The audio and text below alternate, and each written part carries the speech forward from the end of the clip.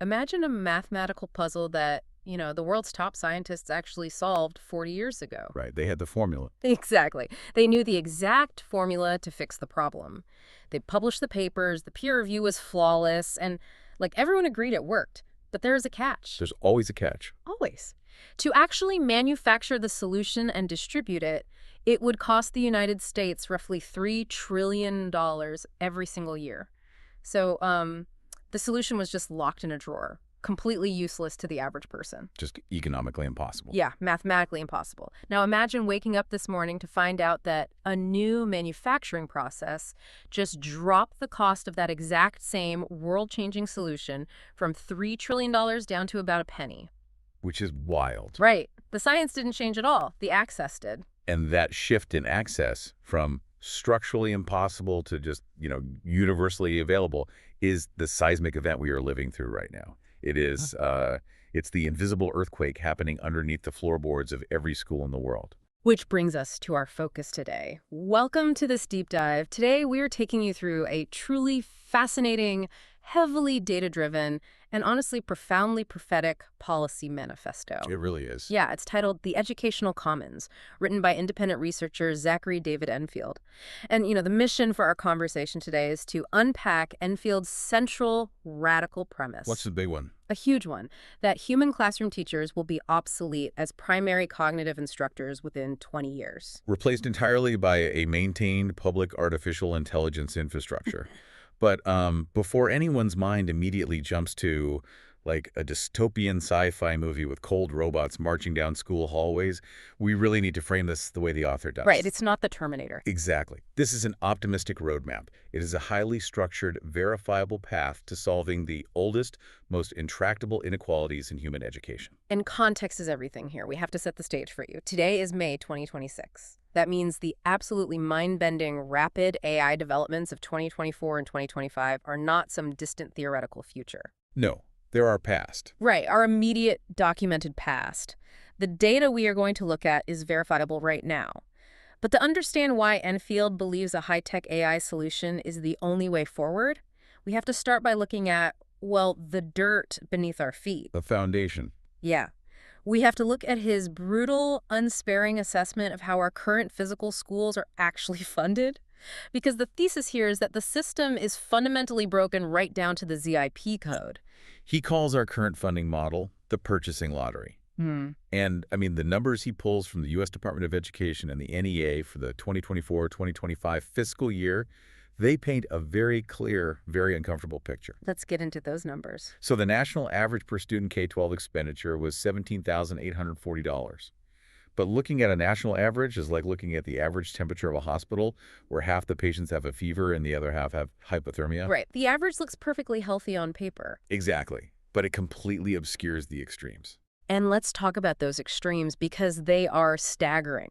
If you are a kid growing up in certain parts of New York, your district is spending $32,370 on your education this year. Over 32 grand. Yeah.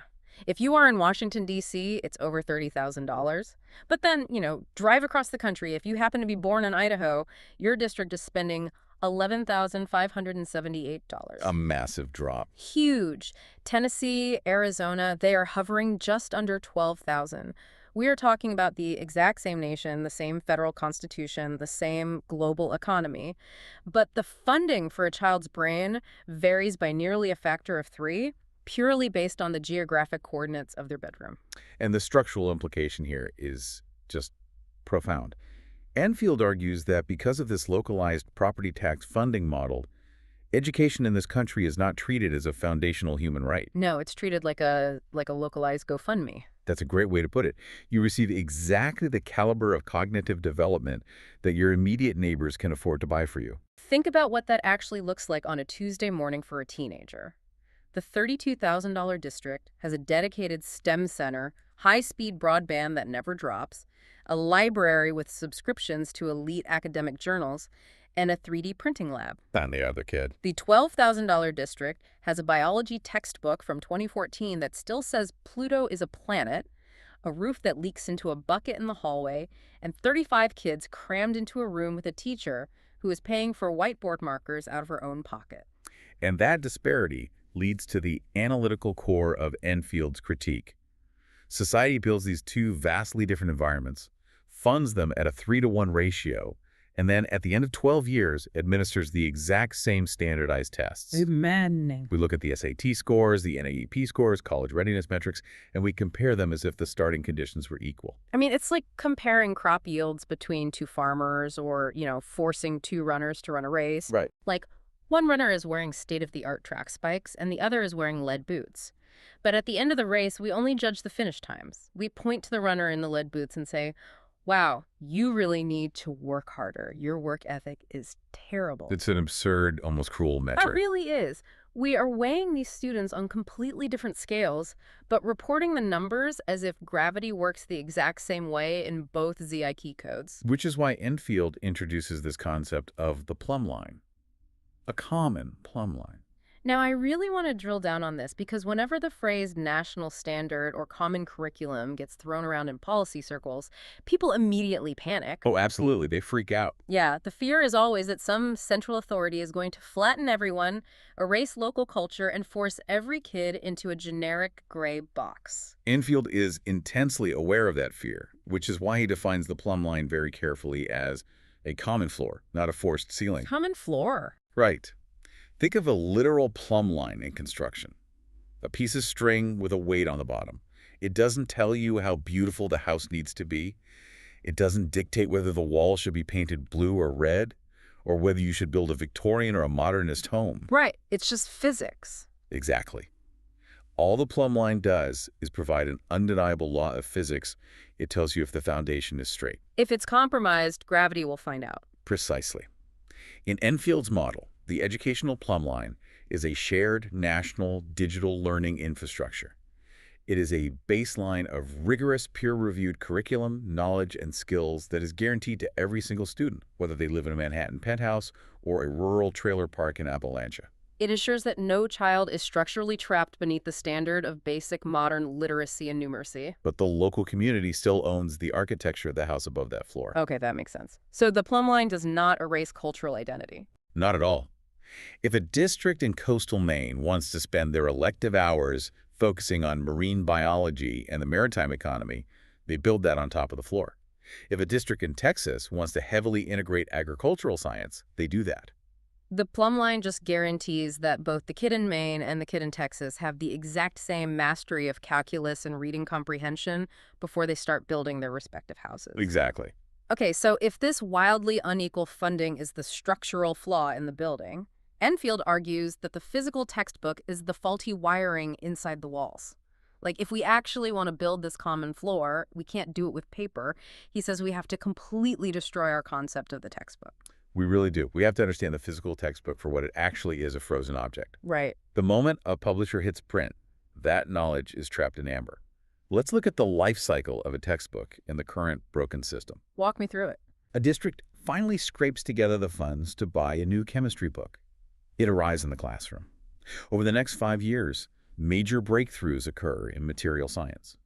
New elements are synthesized. But the book is static. It cannot adapt. And because of the purchasing lottery, a poor district can't just buy the new edition every year. They might be stuck with that static book for 10 or 15 years. You literally have kids learning a version of science or history that the rest of the world has already moved past. The physical book becomes the ultimate tangible symbol of inequality. So to fix this, Enfield proposes shifting from the frozen object to what he calls a maintained knowledge service, like a living curriculum. He outlines a structural framework called the two-layer textbook. Yes. Let's break that down because this is where the policy actually meets the student. What is layer one? So layer one is the stable foundation. This is the durable, historical consensus, basic arithmetic, geometry, phonics, grammar, the scientific method, the foundational timeline of world history. The stuff that doesn't really change. Exactly. This layer does not change quickly, nor should it. It requires a slow, careful, sequential mastery. It provides the cognitive grammar a student needs to even begin understanding the world. You don't want the rules of basic algebra changing every Tuesday. That makes perfect sense. It's the bedrock. But layer 2, this is where the concept just explodes. Layer 2 is the living frontier. This is the dynamic layer. This is where the student interacts with human knowledge as it is actively being generated. So if I'm a high school sophomore, I learned the structural basics of DNA and cellular division in layer 1. But when I move to layer 2, my curriculum is actively pulling in ongoing present-day research. Right. Like, I might be analyzing a paper on CRISPR gene editing that was published 3 months ago, or looking at live data sets from a microbiome study. Or if you're taking a civics class, Layer 1 teaches you the separation of powers and the text of the Constitution. Layer 2 tracks the Supreme Court docket this current session. Oh, wow. It completely revolutionizes the psychology of learning. It teaches students that knowledge is not a dead pile of facts sitting in a dusty book waiting to be memorized. Knowledge is an active, ongoing human project of discovery. It invites the student to the frontier. But wait, I need to push back on this on behalf of the listener. Because if we are creating a giant, centralized, national, digital, living curriculum that updates constantly, aren't we just handing over the minds of our children to a single, massive tech monopoly? Yeah, it is the fear. Right. Isn't this just putting big tech in charge of truth? Because looking at the track record of social media algorithms, that sounds terrifying. It is terrifying, and Enfield does not gloss over it at all. He issues a vital, explicit warning against what he calls algorithmic inequality. Okay, so how do we avoid that? Well, the danger here is twofold.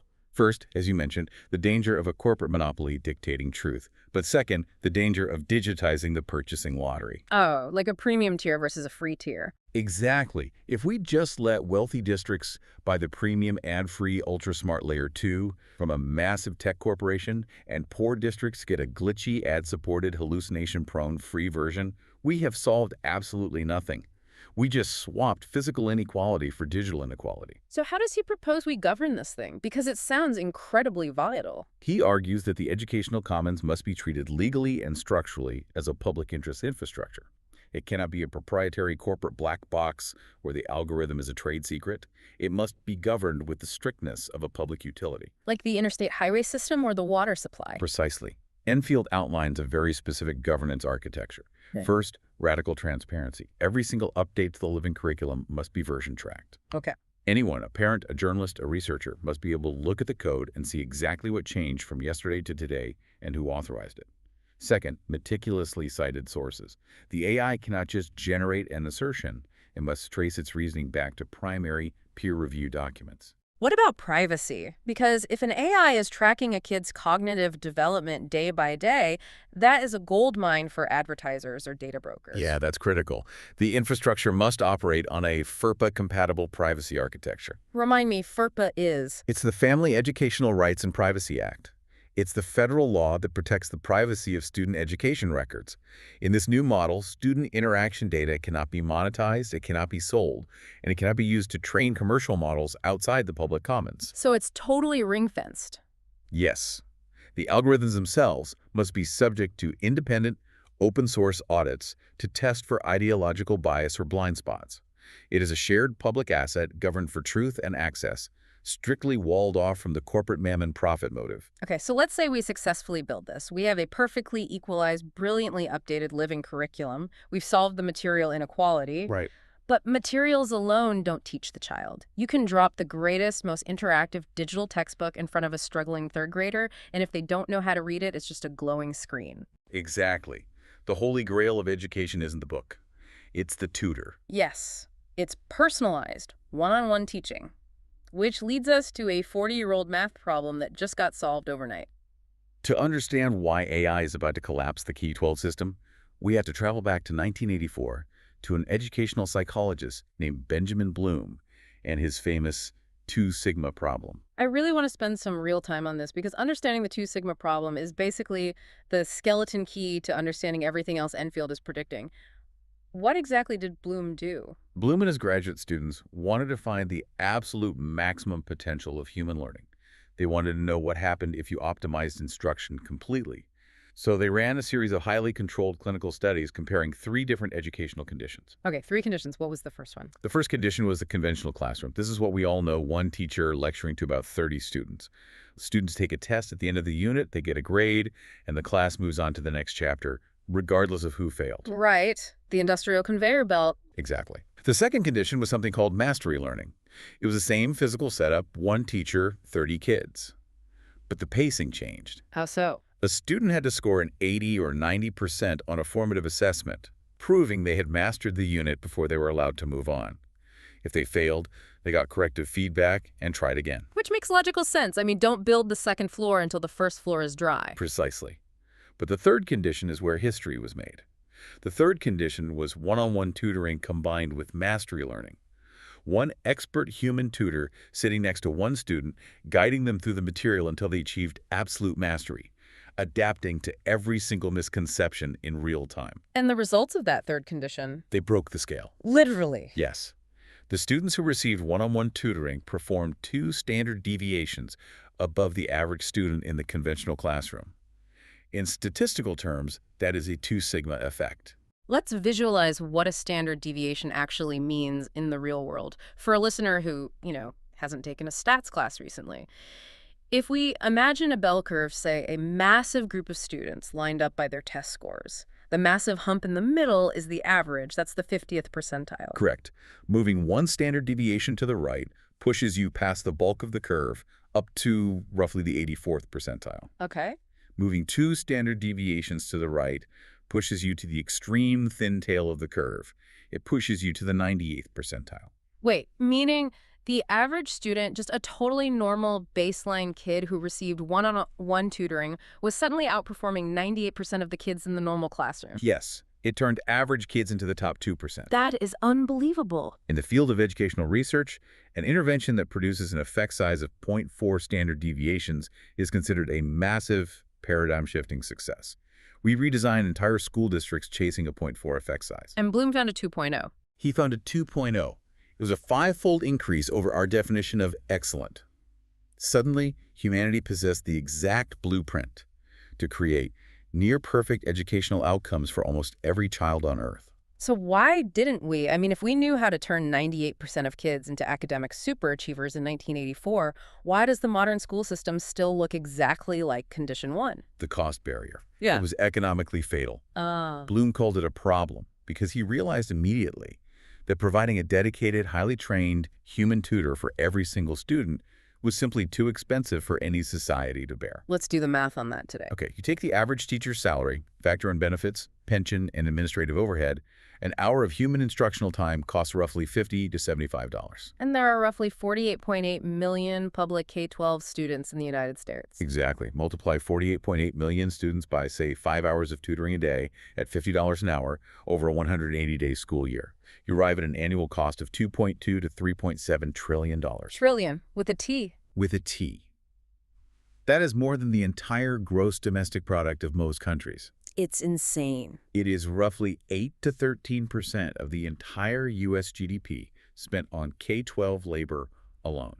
It is mathematically impossible. So for 40 years, the entire educational technology sector, every startup, every policy think tank, has been trying to find a cheap group instruction workaround to mimic the 2 sigma effect. Because the actual cure was locked behind a glass wall of economics? Yes, until the marginal cost dissolved. And this is Enfield's central economic pillar, right? The marginal cost dissolution.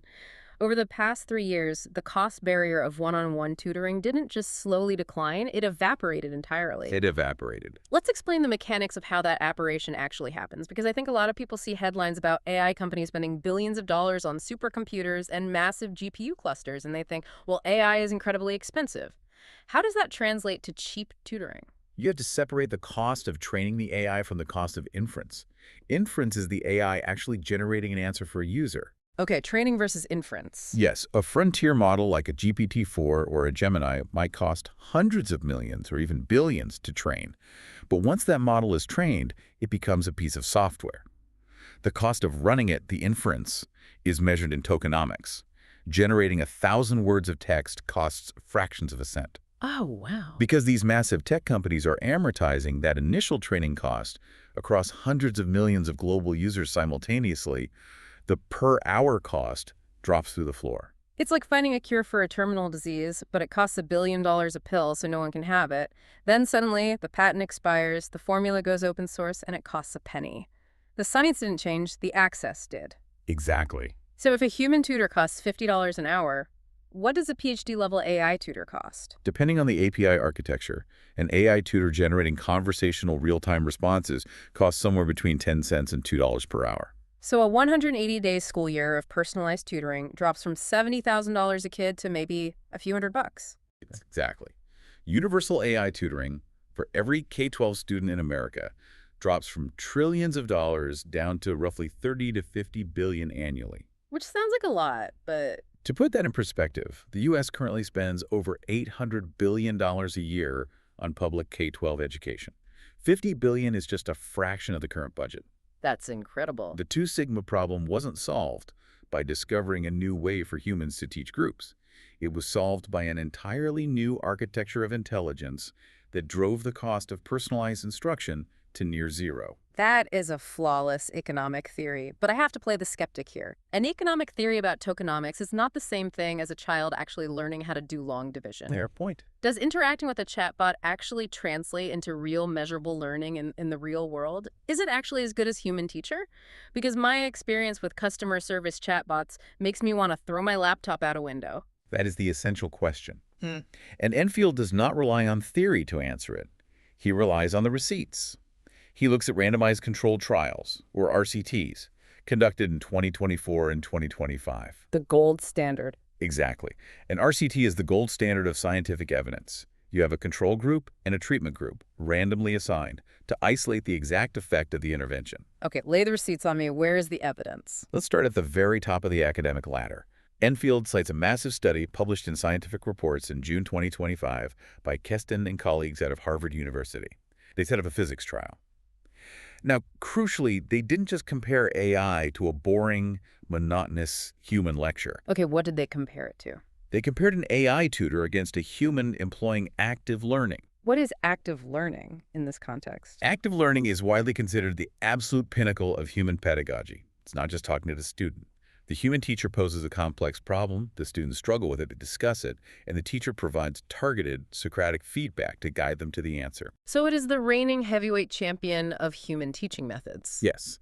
So they put the new AI tutor up against the absolute best version of a human teacher. And what happened?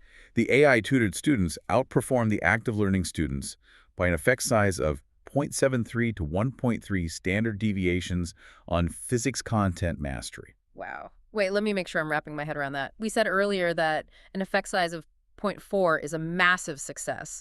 The AI achieved double, almost triple that threshold against the best active human learning. Yes. Yeah. Double or triple. And we need to look at how it did this. The AI didn't just hand the students the answers. That's a calculator. A tutor's different. How so? When a student got a physics calculation wrong, the AI analyzed the error, recognized the underlying misconception, say, the student misunderstood the conservation of momentum, and asked a counter question to make the student realize their own mistake. Like a real teacher. Exactly. Furthermore, the Harvard study found that the AI significantly increased student motivation and decreased dropout rates across all baseline ability levels. It didn't just push the gifted kids further. It lifted the entire bottom half of the distribution. Okay, but that's Harvard. That's highly motivated Ivy League students with perfect Wi-Fi. What happens when you take this out of the elite laboratory and put it into a constrained, real-world environment? That is where the second major trial comes in, and it is arguably more astonishing. Okay, let's hear it. Enfield points to a World Bank policy research working paper from May 2025 by D. Simone and colleagues. This was an RCT conducted in Benin City, Nigeria. Talk to me about the conditions there. These are senior secondary school students in a developing economy. Large class sizes, massive resource constraints, wildly varying baseline proficiencies. A real world. Exactly. The researchers took a group of these students and gave them access to a localized, mobile-friendly AI tutor built on the GPT-4 architecture. They only used it for after-school tutoring, Okay. and they only ran the intervention for 6 weeks. 6 weeks? That's just a month and a half. That's basically half a marking period. Just 6 weeks. They tested the students before and after. The cost-effectiveness analysis revealed that those 6 weeks of AI-mediated tutoring produced the equivalent of 1.5 to 2 years of conventional, business-as-usual learning games. I'm sorry, I need to pause the train. 6 weeks of interacting with a mobile AI tutor yielded up to 2 full academic years of traditional educational progress. It defies traditional educational gravity.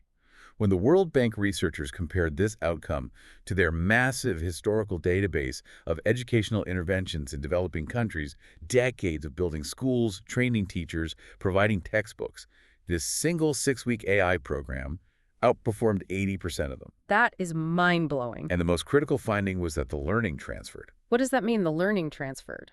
It means the students didn't just memorize the specific answers the AI gave them.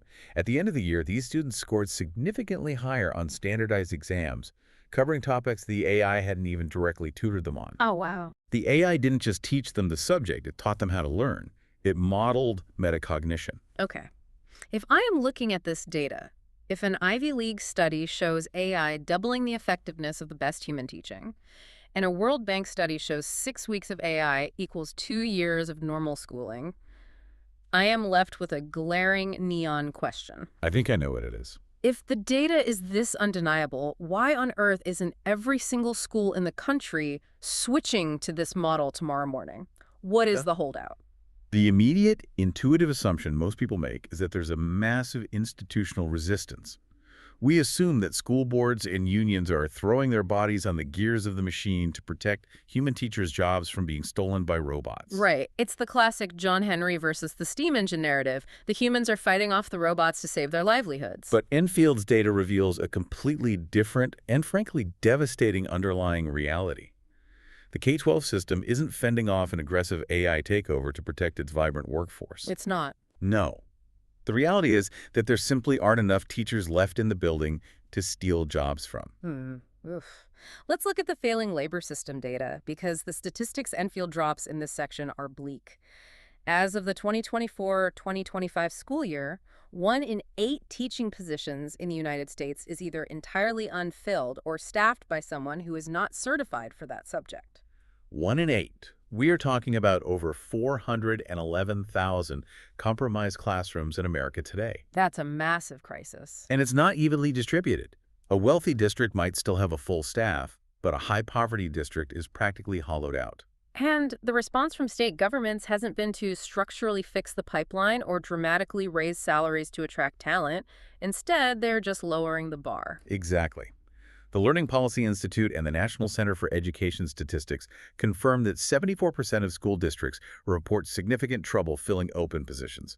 To keep the lights on, states are issuing emergency credentials at scale. Just putting anyone in the room. Yeah. They are putting college students, administrative staff, or people with zero pedagogical training into classrooms just to have a warm body in the room. They are pretending the problem is solved while the actual instructional quality plummets. And what about the teachers who are actually still there, the veterans who are trying to hold the line? The psychological toll on them is unprecedented. Enfield highlights a burnout crisis that is staggering. Between 44 and 52% of K-12 teachers report feeling burnt out, often or always. Half of them. Teaching is currently the single most burnt-out profession in the United States, outpacing even emergency room nurses. Think about the compounding effect of that. If you are a veteran math teacher and the 3 younger teachers in your department quit in October, you don't just keep teaching your classes. Right, you have to cover theirs. You have to cover their classes during your planning period. You have to grade their students' papers. The system cannibalizes its most dedicated people just to survive. Which is reflected in the morale data. Teacher enthusiasm. The percentage of teachers who say they would strongly recommend the profession to a young person has plummeted from 60% in 2010 to a mere 20% by 2020. A 2/3 drop. In just a single decade. The pipeline is drying up because the people currently inside the pipe are screaming at everyone else to stay away. And this brings us to what Enfield calls the paradox of inputs versus outputs. Because it's not like we've been defunding education during this collapse. We are pouring more money into the engine is revving louder, but the car is going backward. Adjusted for inflation, K-12 per student spending rose roughly 25% between 2002 and 2020. So the financial inputs are going up. But the cognitive outputs are dropping.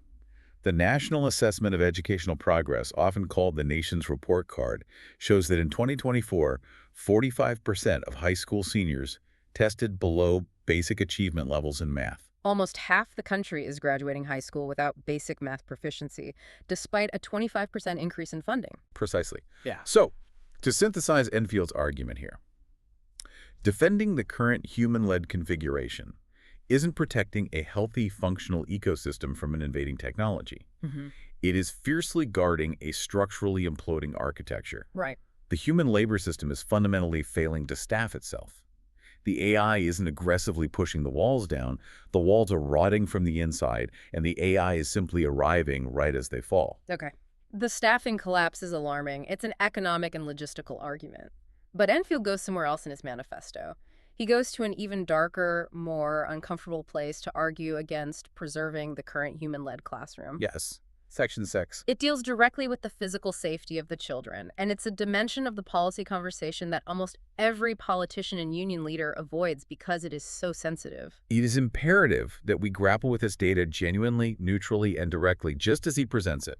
He addresses the documented historical pattern of physical, sexual, and emotional harm inflicted upon students by adult human educators. It's the ultimate taboo subject in education policy. Everyone knows it happens occasionally, but we treat it as an anomaly. Enfield's data suggests it is not an anomaly. No, it is a statistical reality of the system. Yeah. He cites a 2004 estimate from the Department of Education projecting that roughly 10% of K-12 students will experience educator sexual misconduct by the time they graduate high school. 10%, 1 in 10 kids. And tragically, more recent data corroborates this. A massive 2023 multi-state survey conducted by researcher Cheryl Shakeshaft found that 11.7% of recent high school graduates reported experiencing educator misconduct. And what makes this so enraging is how the system has historically handled it. Enfield points to Government Accountability Office investigations, specifically from 2010, that documented the systemic practice known as passing the trash. This is a horrific institutional failure. To avoid lawsuits, expensive investigations, or bad PR, school district administrators would allow an offending educator to quietly resign. They just let them leave. They would sign a non-disclosure agreement, scrub the offender's personnel file, and provide a neutral letter of recommendation. That offender simply drives one county over, gets hired by a new district, and finds new victims. Sickening. The GAO documented single offenders who had accumulated up to 73 victims across multiple districts before finally being intercepted by law enforcement. And it's not just sexual misconduct either. Enfield also pulls the federal data on physical harm. Corporal punishment remains legally permissible in public schools in 17 U.S. states. Still, today. Yes. In 2022, Department of Education data revealed that approximately 70,000 students were physically struck by human educators as a form of discipline, and the demographic breakdown of that discipline is highly disparate. The GAO reports that this physical violence disproportionately targets Black children and boys. And the data on students with disabilities is heartbreaking too. It is. Students with disabilities make up roughly 12% of the K-12 population, but they account for 75% of the physical restraint and seclusion incidents in schools. This is incredibly heavy data. It is hard to even say out loud. But we have to ask, how does Enfield connect this dark reality of human failure to the AI transition? Is he just making a moral judgment, claiming machines are better than humans? No. And that is a crucial distinction. Enfield is not making a moral judgment. He explicitly states that the overwhelming, vast majority of human educators are profoundly dedicated, safe, and protective professionals. Of course. He is not claiming that machines possess a higher morality. His argument is entirely structural. It is about what he calls the constitutive safety property of AI. I think I understand where he's going with this. Let me try to summarize the architectural argument. Imagine you run a bank. Historically, you've transported all your cash between branches using wheelbarrows pushed by your employees down public streets. Okay, yeah. Now, 99% of your employees are perfectly honest. But because the cash is physically exposed in an open wheelbarrow, eventually someone is going to be tempted or someone is going to get robbed in an alleyway. The structure itself allows for the crime. Right. Now imagine you switch entirely to digital bank transfers. It's not about finding nicer employees. The digital transfer cannot be physically robbed with a crowbar. It's a structural floor of safety that makes that specific type of physical robbery impossible. That is exactly the mechanism Enfield is describing. AI operates in an architecture that completely lacks physical access to the child. An AI cannot throw a desk, it cannot strike a student with a paddle, it cannot physically restrain a child in a closet. And it disrupts the psychological grooming process, too. Precisely. The literature on educator misconduct identifies physical isolation and secretive, unmonitored personal attachment as the primary grooming entry points. An AI cannot offer a student a ride home in its car. It cannot invite a student to stay late in an empty classroom. And it's completely auditable. Yes, 100%. Every single digital interaction, every prompt and response is permanently logged and 100% auditable by parents and administrators. So it's an environment of total transparency. By shifting the primary instructional contact from an isolated human adult behind a closed door to a transparent AI infrastructure, you structurally eliminate the physical vulnerability that has enabled decades of documented harm. It is a constitutive safety property built into the medium itself. Okay. If we radically change the instructor to an AI tutor, and we structurally secure the environment through this new architecture, we are suddenly no longer bound by the old physical limitations of a school building. And Enfield argues that this means the next domino to fall is the concept of time itself. We have to smash the industrial calendar. The 180-day school calendar is, as Enfield describes it, an industrial habit disguised as a law of nature. Right. We treat it as if it were handed down on stone tablets. Children must attend school for exactly 180 days a year for exactly 13 years in order to learn what they need to know. But it's actually rooted in an old compromise, isn't it, between agrarian needs and early industrial city planning? Exactly. It has absolutely nothing to do with optimal cognitive development. A standard calendar year has roughly 260 weekdays. The current 180-day system simply leaves about 80 weekdays, completely outside the educational structure. Which leads to the summer slide. Yes, where students spend 3 months forgetting a massive portion of what they just learned, forcing teachers to spend the first 6 weeks of the fall semester just reteaching the previous year's material. It is violently inefficient. Enfield does some fascinating, very simple math here to propose an alternative. He asks, what if we move to a true year-round model supported by AI tutors? Let's say we give kids a full week off every single quarter. That leaves us with 240 instructional days. Right. Or if we want to be more conservative and allow for more family time, we give them 2 full weeks off every quarter, 8 weeks of vacation a year. That still yields 220 instructional days. And when you look at how those extra days compound over a child's academic career, the results are staggering. Let's take the 240-day model. That is an extra 60 days of instruction a year. Multiply those 60 days across 13 years of K-12 education. You arrive at 780 extra instructional days. And if a traditional school year is 180 days? 780 divided by 180 is 4.3.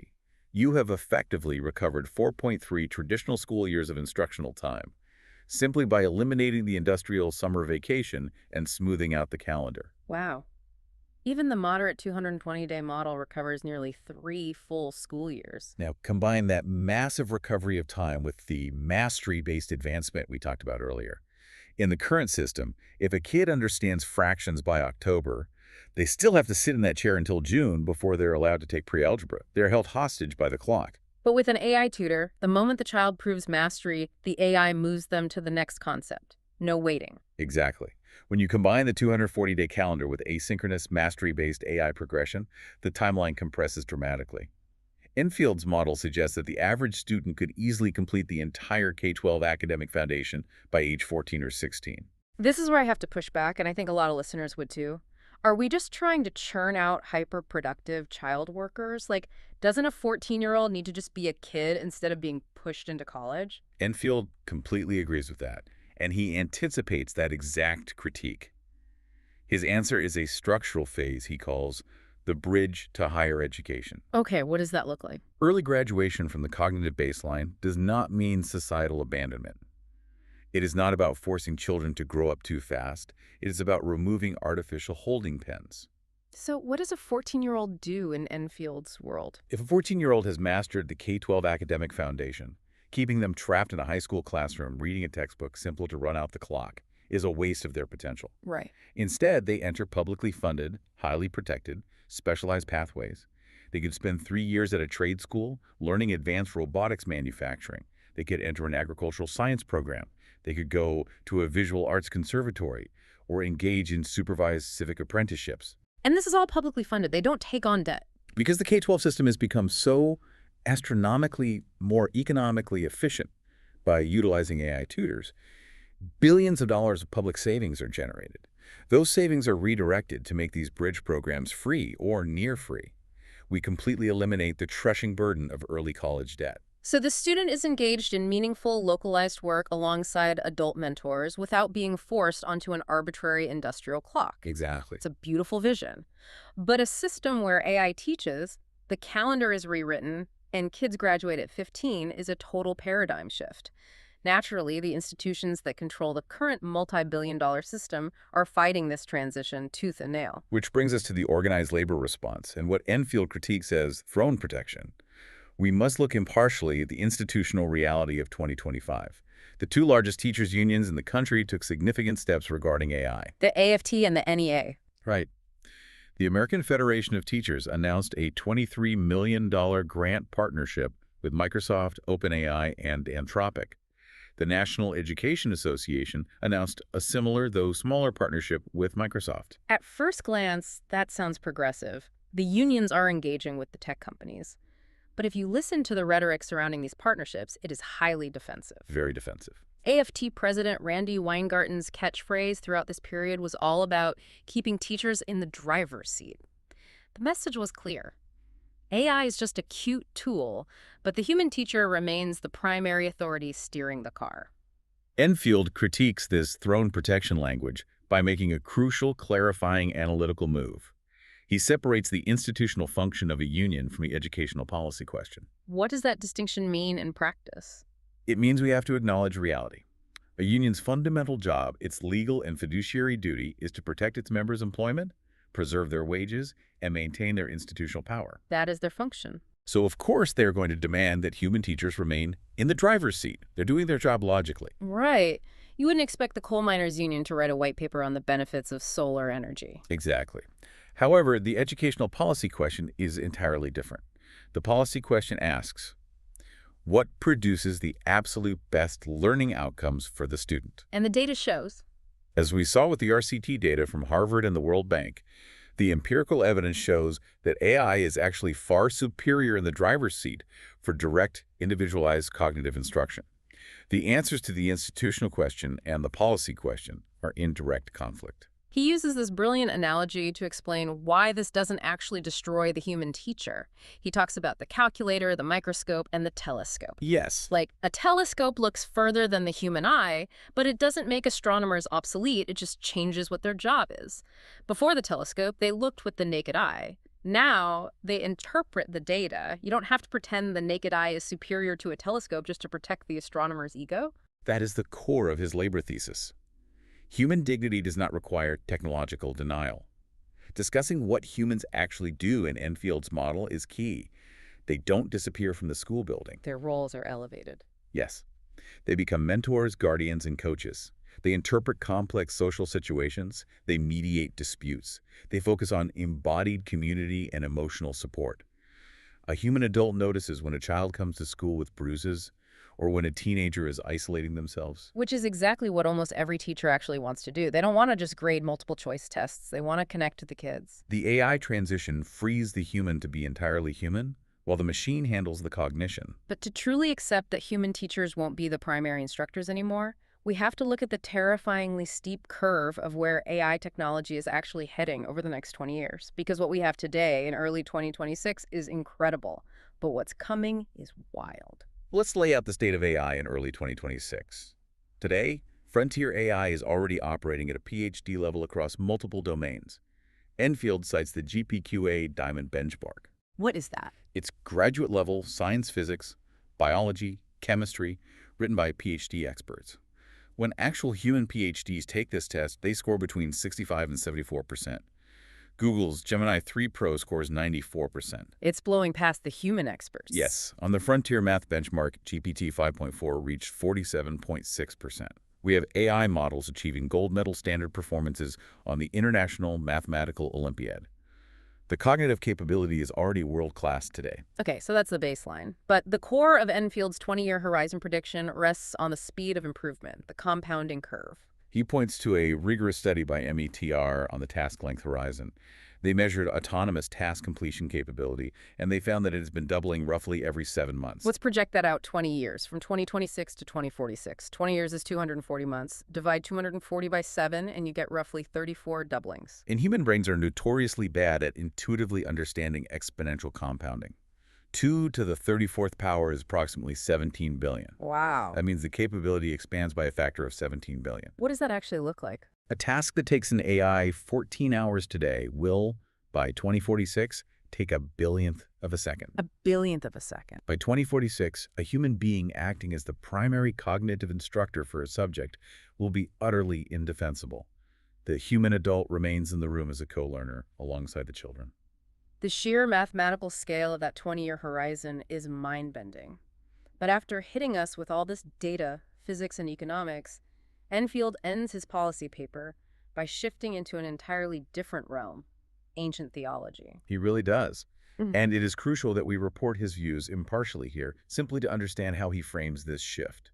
He points to the prophetic text of Jeremiah, chapter 31, verse 34. Yes, the text reads, "And they shall teach no more every man his neighbor, for they shall all know me, from the least of them unto the greatest of them." Enfield views the policy and the prophecy meeting at the exact same operational point in history. The technological dissolution of the two sigma cost barrier is, in his view, the operational scaffolding for this eschatological condition. A direct, unmediated knowledge. Ex- Now, I should clarify for the listener, he is not saying that tech companies are divine. In fact, he explicitly warns against the corporate mammon order trying to claim ownership. No, absolutely not.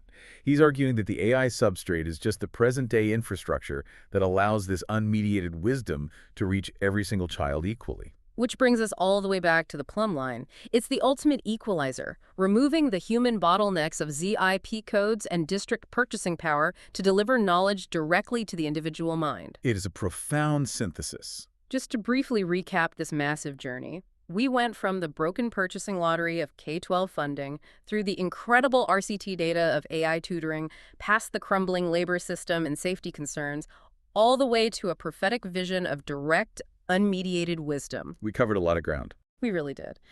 But I want to leave you with a brand new thought to ponder that wasn't explicitly discussed today. If Enfield's 20-year horizon comes true, if every child on Earth has access to the exact same flawless PhD-level AI tutor and learns on a perfect, equalized common floor, what becomes the new differentiator between humans? That is the real question. Right. When knowledge and instruction are perfectly equalized, does the future of human success become entirely about our empathy, our character, and the unique, irreplaceable quirks of our humanity? Thank you for joining us on this deep dive into the source material.